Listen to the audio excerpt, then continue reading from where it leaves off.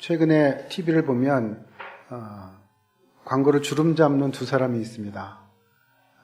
아마도 이미 머릿속에 떠올리는 분이 계실지 모르겠는데요. 두 송씨입니다. 송중기 씨와 또 송혜교 씨. 이 두 사람이 이 광고를 많이 하고 있는데요. 이유는 뭘까요? 잘 아시듯이 여자분들이 더 많이 보셨는 줄 압니다. 태양의 후예라는 드라마 때문입니다. 중국에까지 아주 널리 알려진 드라마인데요.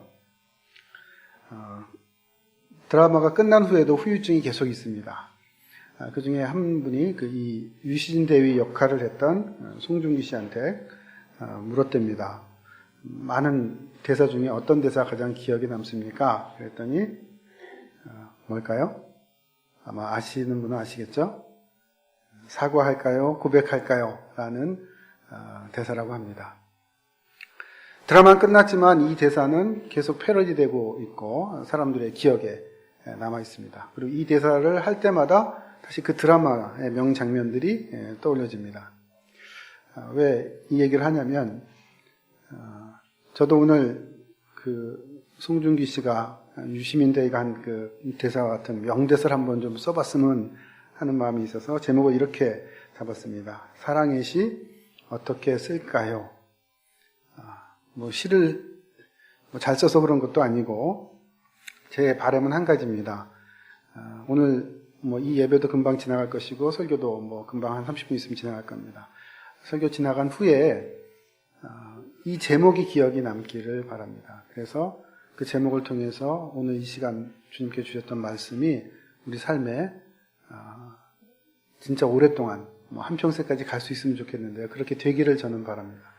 그래서 이 시를 마음에 품고 한평생을 살 수 있으면 얼마나 좋을까? 그런 마음으로 제목을 이렇게 잡아봤습니다.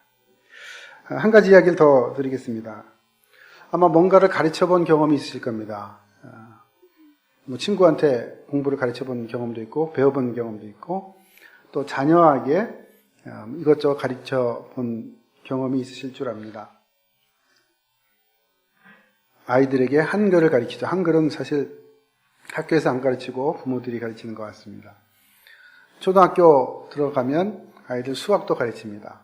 근데 금세 동이 나죠. 한 4학년만 돼도 부모들이 잘 모르겠다. 그럽니다. 고등학교로 올라가면 더 어려운 것들이 나옵니다. 인수분해, 미적분, 수열, 듣기만 해도 별로 안 좋은지 모르겠어요. 표정이 그렇게 좋지 않으신데. 이런 거를 자녀들에게 부모가 가르친다는 것은 사실 쉽지가 않습니다. 저도 우리 아들 고등학교 1학년 때 제가 수학을 좀 가르쳐 본 적이 있습니다. 제가 원래 이공대 출신이어서. 근데 참 쉽지가 않더라고요. 내용이 어려운 것보다도 자기 자녀에게 가르친다는 거 쉽지가 않습니다. 이해를 잘 못하면 어떻게 됩니까? 속에서 부글부글 하죠. 예. 남편이 아내에게 운전을 가르쳐 본 경험이 있으면 아마 잘 이해하실 겁니다. 또는 아내가 남편에게 하지 말아야 될 것 중에 하나입니다. 예. 이렇게 오늘은 다른 사람에게 가르치는 것이 얼마나 힘든가 이런 것을 좀 생각해 보면서 오늘 말씀을 좀 봤으면 좋겠습니다. 오늘 말씀은 사실 이와 관련된 예들과 유사한 내용입니다. 오늘 읽은 본문은 보통 사랑의 시 또는 사랑의 찬가라고 이야기됩니다. 이 사랑의 찬가는 어떻게 보면 이 13장을 사랑장이라고까지 만들게 하는데요. 13장은 전체적으로 사랑이라는 주제로 얽혀져 있습니다. 이 사랑의 찬가를 이해하기 위해서는 우리는 앞뒤에 있는 본문, 다시 말하면 1절부터 3절과 8절부터 13절까지를 이해할 필요가 있습니다. 그리고 더 나아가서 13장을 이해하려면 13장 전후에 있는 12장과 14장을 또한 이해할 필요가 있습니다. 이렇게 전체가 묶여진 것인데요. 그래서 오늘은 12장부터 14장까지 전체를 한번 잘 살피면서 오늘 사랑의 시가 어떤 뜻인지를 좀 깨닫고자 합니다. 고린도 교회 성도들은 하나님으로부터 은사를 꽤 많이 받은 사람들입니다. 고린도서 1장 4절부터 7절까지에 보면 바울이 이렇게 얘기합니다. 너희가 모든 구변과 모든 지식에 풍성하게 됐다. 또 하나님이 너희에게 은사를 많이 부어줬다. 이렇게 얘기합니다. 사실 고린도 교회 사람들은 그 당시에 다른 초대교회들보다도 꽤 지적인 그리고 수준이 꽤 높은 사람들인지 모릅니다. 학벌도 다른 데 비해서 좋았던 것처럼 보입니다. 많은 공부도 했습니다. 그런 배경을 연관돼서 그런지 이 사람들은 하나님으로부터 많은 은사를 받았습니다. 특별히 말하는 재주가 좋았고 또 지식이 많았습니다. 그래서 이 구엘 사람들에게는 특별히 방언을 하는 사람들이 많아졌고 또 예언을 잘 가르치는 은사를 가진 사람들이 많아졌습니다. 근데 이 두 은사를 가진 그룹들이 서로 파벌을 형성하면서 서로 경쟁하면서 싸우기 시작했습니다. 특별히 자기가 가지고 있는 은사가 더 낫다라는 식으로 경쟁하기 시작했습니다. 그러면서 상대를 무시하는. 그러다 보니까 결판이 안 나더라고요. 그래서 사도 바울에게 질문을 해옵니다. 사도 선생님, 은사 중에 예언의 은사가 더 좋습니까? 아니면 방언의 은사가 더 좋습니까? 이 12장부터 14장까지 바울은 그에 대해서 답을 하고 있습니다. 사실 질문에 대한 답은 그렇게 어려운 답이 아닙니다. 그냥 간단하게 예언이 더 낫다라고 얘기하면 됩니다. 사실 14장 1절에는 바울이 그런 얘기를 합니다. 신령한 것을 사모하되 특별히 예언을 하도록 하라. 왜요? 방언보다는 예언이 교회 공동체에 더 많은 유익을 끼치기 때문이다. 이렇게 바울은 얘기를 합니다. 사실 그 얘기를 14장에서 길게 한 장에 걸쳐서 설명을 합니다. 그런데 그러면 의문이 있죠. 왜 바울은 그러면 12, 13장을 덧붙였었을까? 라는 의문입니다. 근데 이것은 우리가 조금 더 깊이 생각해 볼 필요가 있습니다. 교회가 질문을 해왔지만 그 질문에 답을 준다고 해서 사실 문제가 해결되는 것은 아닙니다. 질문에 답하는 것과 문제를 푸는 것은 어떻게 보면 연결되어 있습니다. 그러나 똑같은 것은 아닙니다. 때로는 질문에 답을 주는 것만으로 문제가 해결될 수도 있지만 질문에 답을 준다고 해서 문제가 해결되지 않는 경우도 있습니다. 그래서 우리는 잘 생각해 봐야 됩니다. 바로 이 경우가 그런 케이스입니다.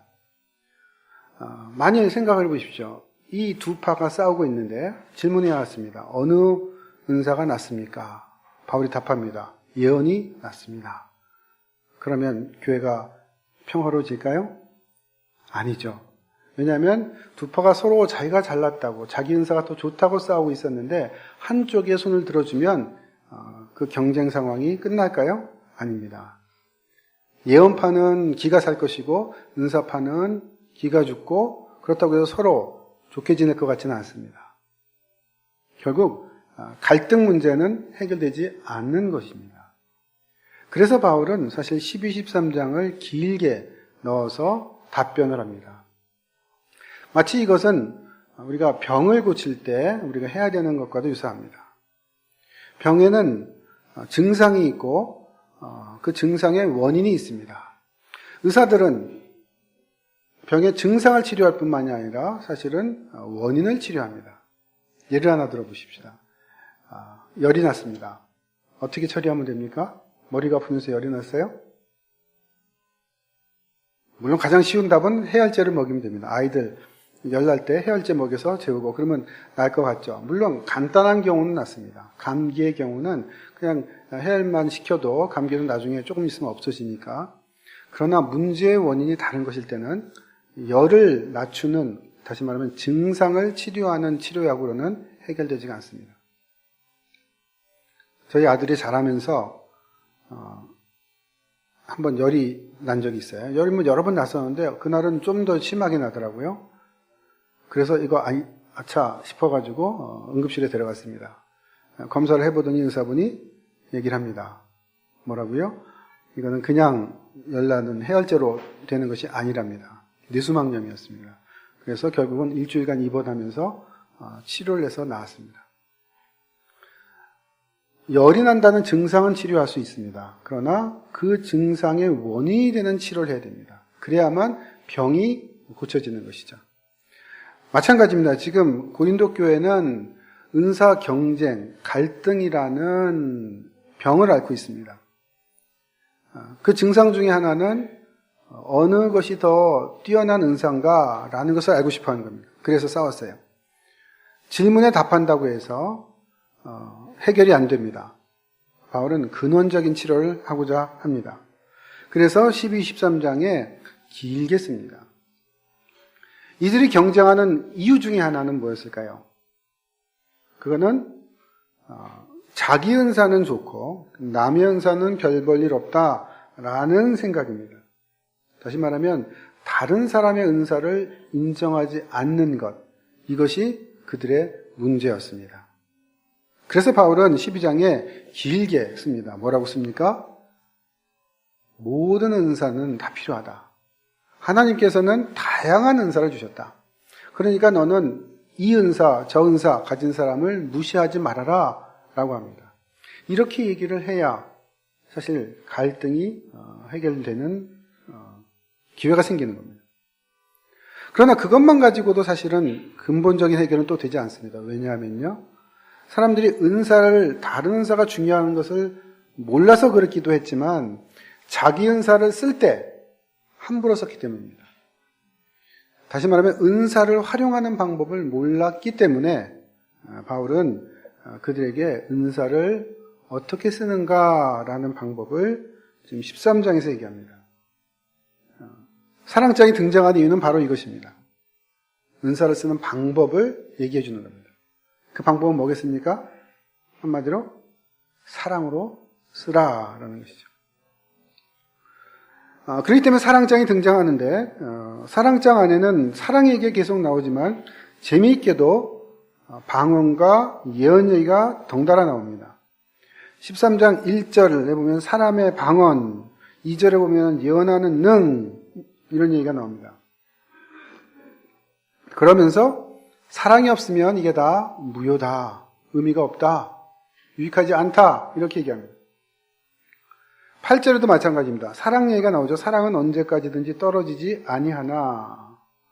그러나 옆에 동시에 예언과 방언 얘기가 또 나옵니다. 예언도 패하고 방언도 그치고. 무슨 얘기입니까? 사랑이 없는 방언과 예언은 허망하다라는 겁니다. 결국 그들의 근본적인 문제는 은사를 쓸 때, 예언을 할 때, 방언을 할 때 뭘 어떻게 하지 못한 거예요? 사랑으로 예언하지 못하고 사랑으로 방언을 하지 못했기 때문이라는 겁니다. 그래서 우리가 읽은 4절부터 7절까지 사랑의 모습을 설명해 주는 겁니다. 단순한 사랑에 대한 정의가 아니라 은사를 어떻게 쓰는 방법을 얘기해 줍니다. 그러니까 사랑은 오래 참고라는 말은 오래 참으면서 은사를 써야 된다는 겁니다. 그래서 4절부터 7절이 있는데요. 이 사랑의 시는 어떻게 쓰여진 겁니까? 다른 것이 아니라 은사를 쓰는 방법을 바울이 제시하고 싶어서 이 사랑의 시를 쓴 것입니다. 그러니까 결국은 이 사랑의 시는 은사를 쓰는 방법에 대해서 쓴 것입니다. 그 방법은 한마디로 하면 사랑입니다. 근데 그 사랑은 어떤 모습입니까? 여기 나와 있는 15가지의 서술을 댄 모습입니다. 이 모습으로 은사를 쓰라라는 겁니다. 이 15가지 은사 쓰는 모습을 우리는 일일이 다 살펴보기는 시간이 부족합니다. 그래서 뭉뚱그려서 좀 보도록 하겠습니다. 바울이 얘기하고 있는 것 중에 하나는 은사를 쓸 때 자기를 부인하면서 써야 된다라는 겁니다. 이 시의 중반 부분에 보면 4절 중반 부분부터 봅니다. 시기하지 아니하며 자랑하지 아니하며 교만하지 아니하며 무례히 행치 않고 자기의 유익을 굳지 않는다라고 얘기합니다. 은사를 쓸 때 이런 방식으로 써야 된다라는 예를 하나 들어보십시다. 요즘 젊은 사람들은 페이스북을 많이 합니다. 페이스북을 하면서 뭘 올립니까? 나의 슬픈 부분을 올립니까? 나의 그 치부를 올립니까? 그것보다는 뭔가 내가 잘하고 있는 것, 내가 멋진 작품을 만들었으면 작품을 찍어서 올립니다. 그러면 사람들이 좋아요를 막 누릅니다. 아, 나는 이런 사람이야. 이런 것을 잘할 수 있는 사람이야. 목사님들 중에도 그런 분들이 계세요. 페이스북을 하면서 어디 가가지고 멋진 설교를 하거나 강의를 합니다. 그러면서 그걸 찍어가지고 올립니다. 무슨 뜻입니까? 나는 이 정도로 이렇게 할 수 있는 사람이야. 사실 페이스북이 그런 사람들의 자랑하는 것과 연결되어 있는 경우가 꽤 많습니다. 어떻게 말하면 자기의 능력을 가지고 자기의 은사를 가지고 하는 겁니다. 은사를 발휘하는 겁니다. 근데 어떤 식으로 하고 있습니까? 자랑하면서. 그 자랑할 땐 속에 어떤 마음이 있어요? 교만한 마음. 또 왜 이걸 올립니까? 경쟁적으로 올리죠. 자기 친구가 이런 걸 올렸으니까 나도 이런 걸 올려야지 하면서 경쟁적으로 올립니다. 시기하면서. 은사를 쓰는 것이 이렇게 시기하면서 자랑하면서 때로는 그 안에는 교만한 마음을 가지고 올리게 되기 때문에 바울이 이 표현을 쓴 것입니다. 당시 예언파와 방언파가 이와 유사한 식으로 은사를 쓴 것 같습니다. 방언파들은 어때요? 자기가 하는 방언이 최고라고 생각하는 겁니다. 요즘도 방언 얘기 나오고 할 때 어떻게 하냐면 이것이 first class gift 이렇게 얘기합니다. 가장 또 first class Christian, 저희가 최고의 높이에 있는 신자다 이렇게 생각을 합니다. 설교를 잘하고 강의를 잘하면 뭐라고 생각합니까? 자기가 최고라고 생각합니다. 바울은 그런 식으로 은사를 쓰지 말라는 겁니다. 그렇기 때문에 사랑은 자랑하지 않는다. 너에게 사랑의 모습이 있다면 그런 식으로 자랑하는 모습으로 은사를 쓰지 않았을 것이다 라는 얘기입니다. 바울은 여기서 그래서 은사를 발휘하는 모습을 설명하고 있습니다. 어떻게 그러면 은사를 발휘해야 합니까? 시기심으로 은사를 써서는 안 됩니다. 내 능력을 저 사람과 경쟁하면서 저 사람이 저걸 하니까 나도 해야지 라고 하면서 써서는 안 됩니다. 교회 교사직을 안 맡으려고 했는데 옆에 있는 친구가 교사직을 맡습니다. 그러니까 저 친구는 맡는데 나는 안 맡아? 안 되지. 하고선 나도 덩달아서 그 친구에 대한 시기심을 가지고 교사직을 맡으면 그거는 사랑으로 하는 것이 아닙니다. 누구는 집사가 되는데 난 집사가 아니야? 그런 생각이 뭡니까? 바로 은사를 사랑으로 생각하지 않는 것입니다. 사랑으로 은사를 발휘하는 것을 모르기 때문입니다. 은사를 자랑으로 쓰지 말라는 겁니다.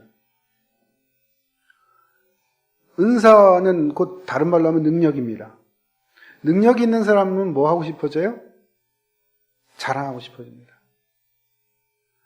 구변이 능하다 그랬는데요. 언어를 잘해보세요. 특별히 한국 사회 같은 데서 영어를 잘합니다. 그럼 어떻게 하고 싶어져요?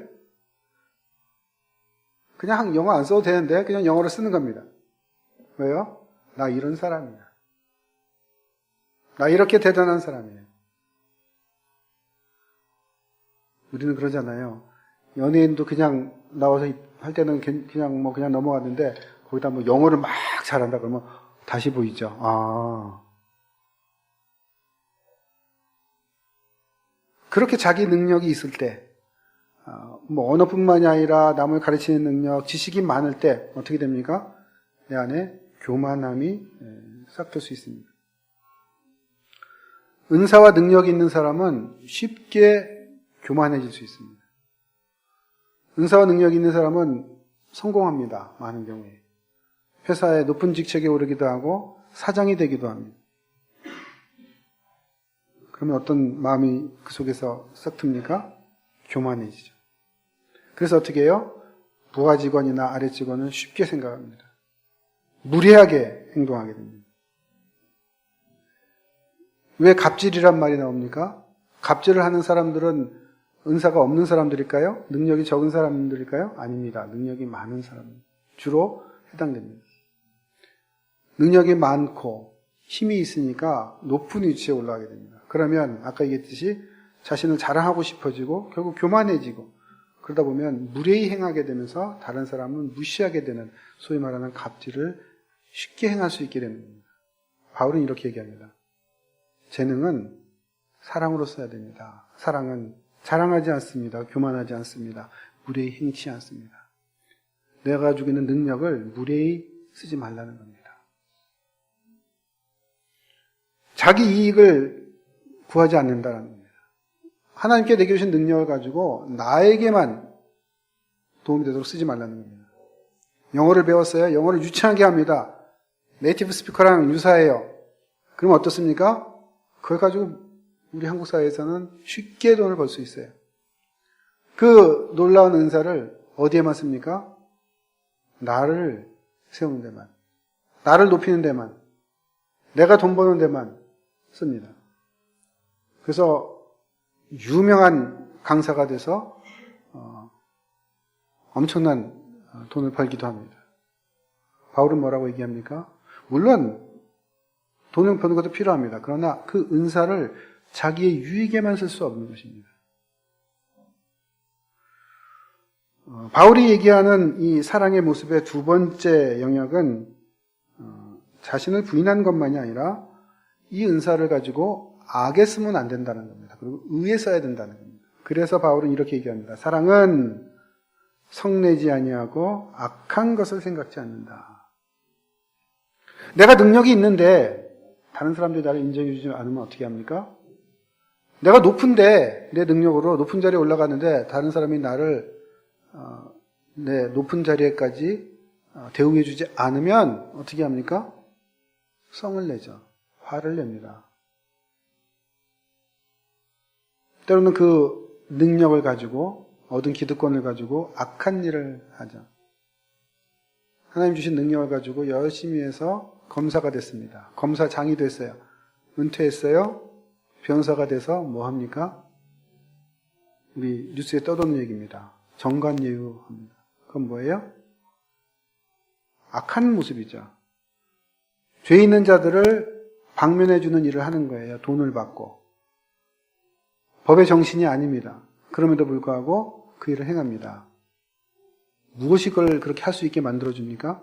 능력입니다. 은사입니다. 그러니까 은사를 가지고 악한 것을 생각할 수 있는 위험이 우리에게는 언제나 있는 겁니다.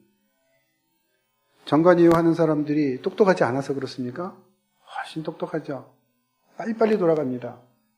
근데 뭐가 없어서 그런 겁니까? 사랑이 없어서 그런 겁니다. 사랑은 악한 것을 생각지 않습니다. 그들에게 사랑이 없기 때문에 자기가 갖고 있는 능력, 하나님께 주신 능력을 악한 데 쓰는 것입니다. 바울은 이렇게 얘기합니다. 불의를 기뻐하지 아니하며 진리와 함께 기뻐하라고 얘기합니다. 오히려 무엇을 추구해야 된다고요? 진리를 추구해야 합니다. 불의를 기뻐하면 안 됩니다. 불의를 거부해야 합니다. 능력이 있을수록 그런 유혹이 많이 있습니다. 은사가 많을수록 그런 유혹이 많습니다. 사람들이 따를수록 높아지기 쉽습니다. 자꾸 불의한 길이 열립니다. 안 그렇겠습니까? 검사가 돼서 그냥 평검사도 아니고 검사장까지 올라갔다가 은퇴했어요. 사람들이 가만 놔두겠습니까? 주위에서 꼬이죠. 그때 결단해야 됩니다. 불의의 길로 갈 것인지, 악한 길로 갈 것인지, 아니면 불의를 기뻐하지 않고 진리와 함께 기뻐할 것인지. 바울은 지금 그 얘기를 하고 있는 것입니다. 마지막으로 살펴볼 세 번째 점은 바울이 진짜 강조하는 것입니다. 이 사랑의 시는 많은 경우에 네거티브 형식으로 되어 있어요. 하지 않고 우리가 여태까지 봤던 것이 대부분 그겁니다. 그런데 그 하지 않고라는 것을 무엇을 한다라는 형식으로 앞뒤를 감싸고 있습니다. 4절을 보십시오. 사랑은 오래 참고 부정적인 형식이 아니라 긍정적인 형태로 되어 있습니다. 온유하며. 또 맨 마지막에 7절을 보십시오. 모든 것을 참으며 믿으며 바라며 견디느니라. 소극적인 측면에서 무엇을 하지 않는 것만으로는 부족하고 진짜 이래야 된다라는 겁니다. 그러니까 이런 모습으로 은사를 발휘해야 된다라는 겁니다. 그 이런 모습이 어떤 것입니까? 첫 번째로 생각할 것은 온유하라는 겁니다.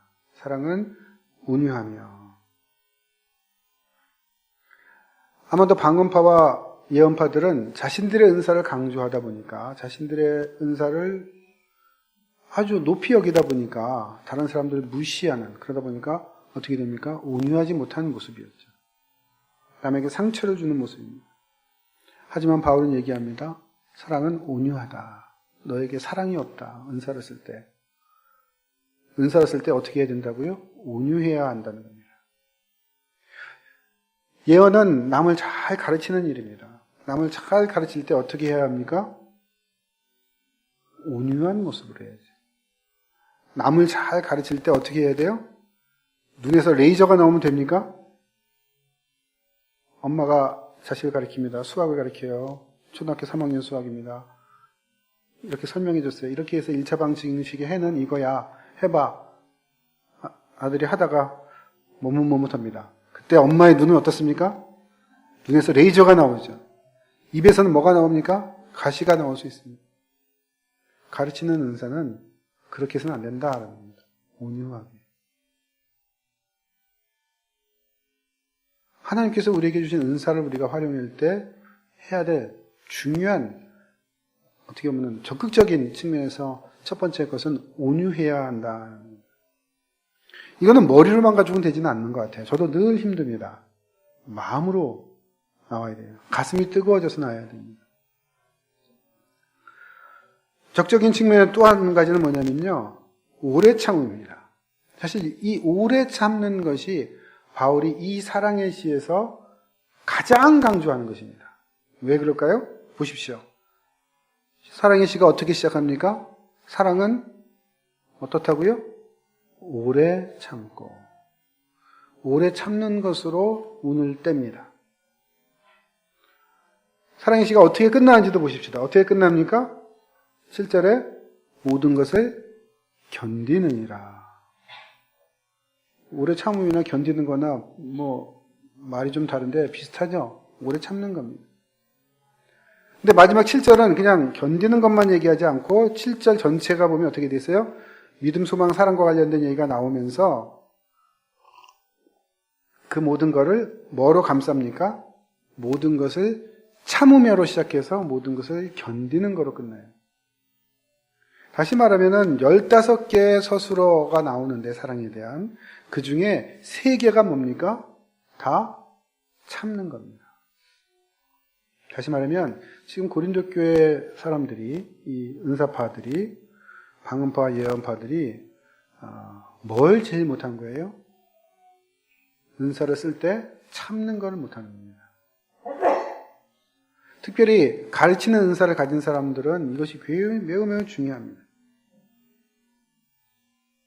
아까 왜 제가 남편은 절대로 아내한테 운전 가르쳐주지 마세요 라고 말했을까요?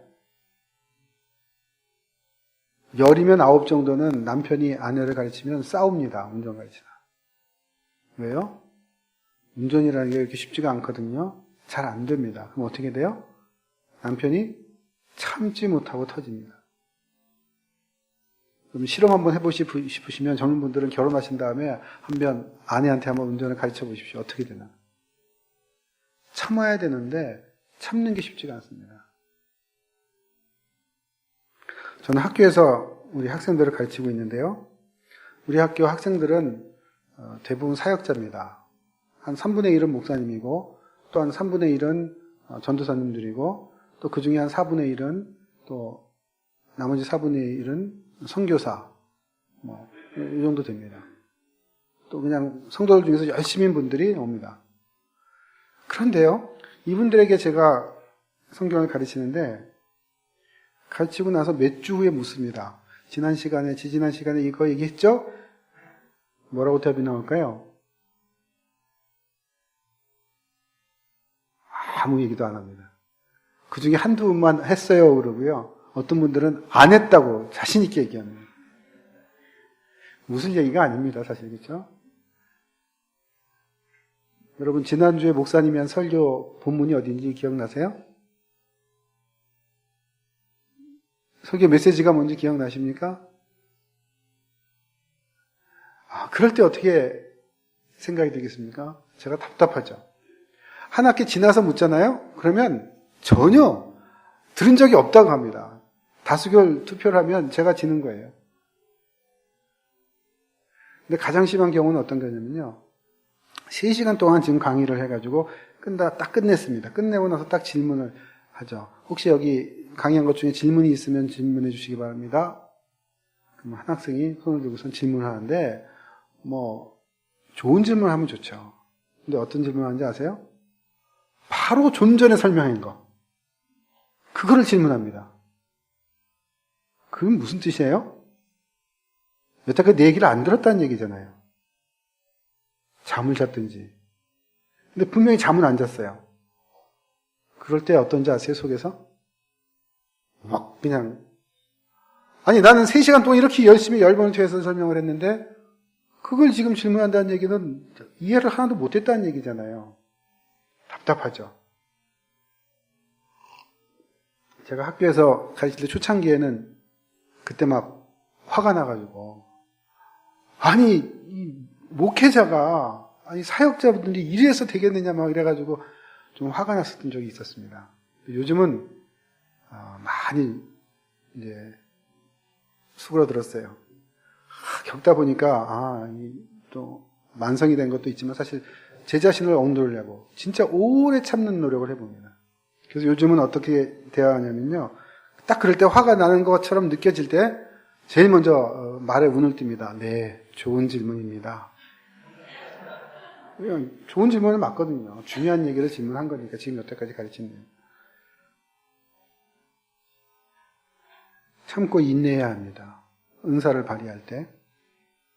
한 번만 참는 게 아니라 오래 참으라고 얘기합니다. 바울은 단순히 참으세요. 그렇게 얘기하지 않습니다. 오래 참으세요. 아이가 잘못해도 학생이 여러 번 질문을 해도 똑같은 질문을 해도 오래 참아줘야 됩니다. 아이고 멍충아 그것도 모르냐 저번에 설명했는데 이러면 안 됩니다. 자녀한테. 이것은 참고 저것은 못 참는 게 아니라 모든 것을 참으라고 얘기합니다.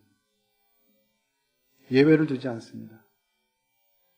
물론 이게 그냥 꾹꾹 눌러버리면 안 됩니다. 이게 사랑으로 발로가 돼서 사랑의 마음으로 참아야 화병이 안 생기죠.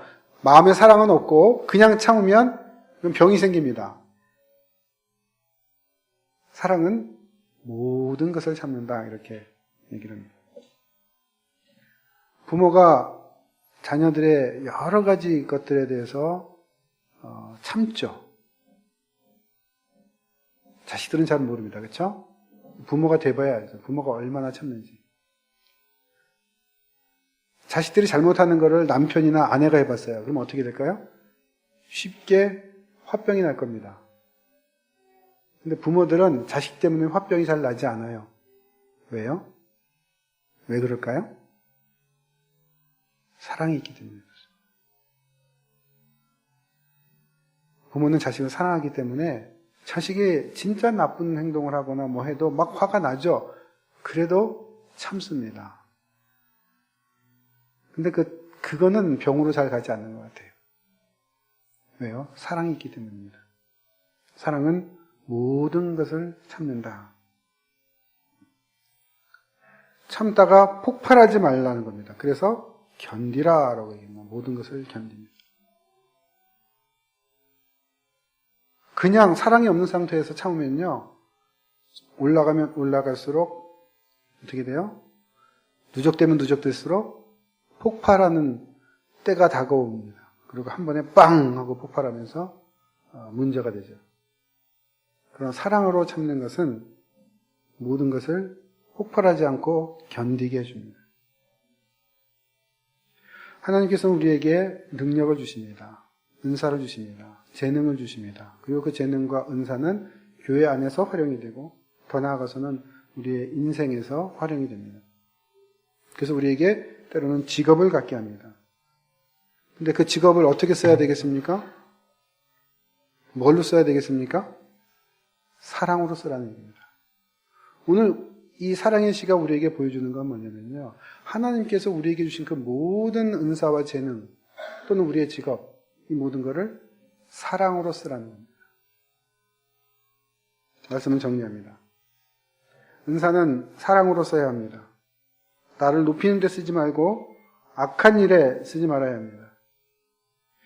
진리편에 서야 합니다, 오히려.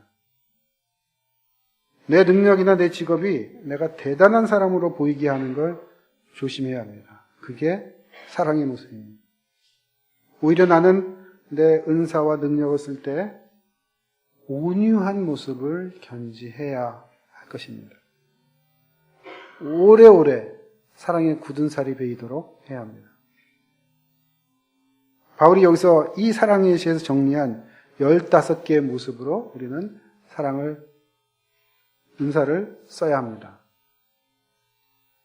그러면 이제 오늘 이 말씀의 제목이 갖고 있는 질문에 답을 할 수 있습니다. 사랑의 시 어떻게 쓸까요? 사랑의 시를 어떻게 써야 되겠습니까?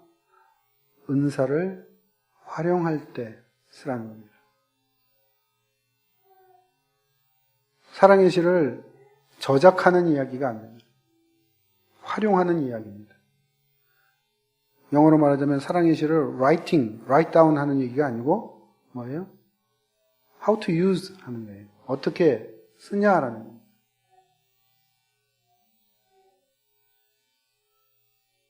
그것이 바로 사랑의 시 어떻게 쓸까요? 라는 질문의 답입니다. 사랑의 시는 은사를 발휘하는 데 써야 합니다.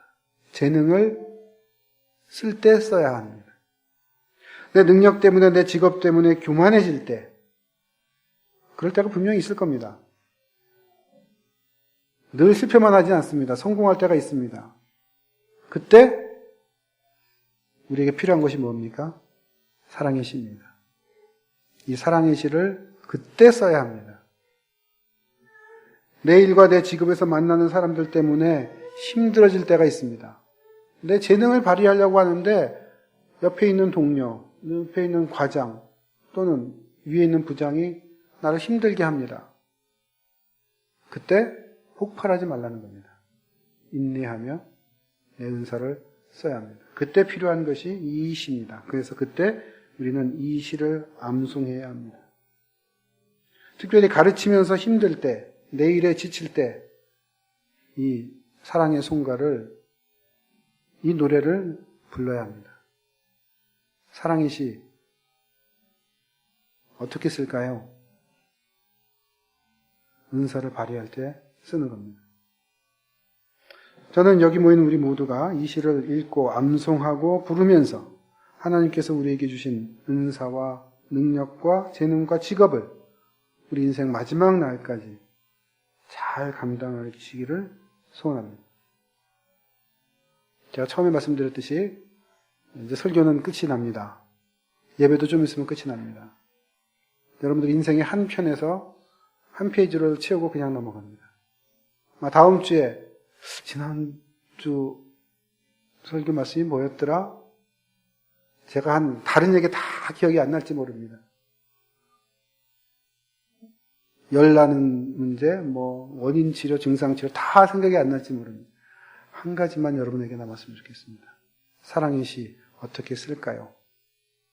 마치 태양의 후예라는 드라마가 끝난 후에 사과할까요? 고백할까요?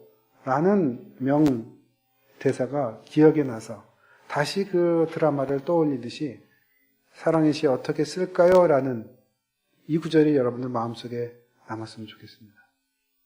그래서 언제나 내게 주신 은사, 내가 가지고 있는 능력을 쓸 때마다 사랑의 시를 그 자리에 끌어들이는 그런 여러분이 되셨으면 좋겠습니다. 이것이 여러분들의 인생 끝까지 갈지 아니면 오늘 끝나고 나서 1시간이 갈지 아니면 여러분들이 직업을 가지고 일하는 날까지 갈지는 모르겠습니다. 그러나 바라기는 이 사랑의 시가 있는 이유를 제대로 이해하고 내가 능력을 발휘하는 자리에는 언제나 이 시가 여러분 옆에 함께 있기를 주님의 이름으로 소원합니다. 기도하겠습니다.